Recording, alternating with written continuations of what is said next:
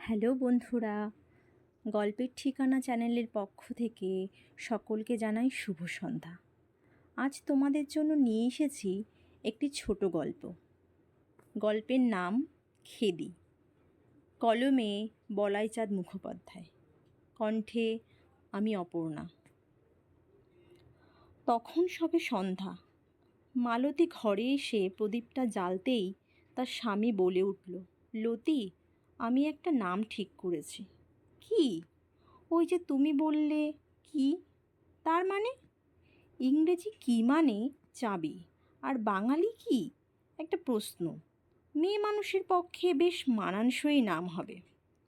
এখন কোথায় কি তার ঠিক নেই, এখন থেকেই তার নামকরণ। আর আমার মেয়েই হবে তুমি জানলে কি করে? ও জ্যোতিষীর কথায় আমার একটুও বিশ্বাস নেই। না না, ঠিক মেয়েই হবে। দেখো তুমি, আমাদের শ্যামবাবু জাগ্রত জ্যোতিষী।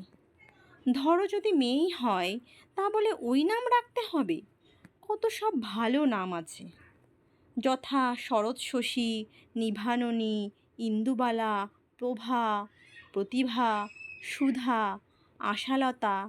এইসব তো সব বাজে, পুরানো, সেকেলে, একঘেয়ে। আমার মেয়ের নাম হবে একেবারে নতুন। মালতীর প্রসব হবার 2 মাস পূর্বে তার স্বামী কলেরায় মারা গেল। প্রসব হতে গিয়ে মালতীও মারা গেল। জ্যোতিষীর কথা ফলেছিল, মালতীর মেয়েই হয়েছিল।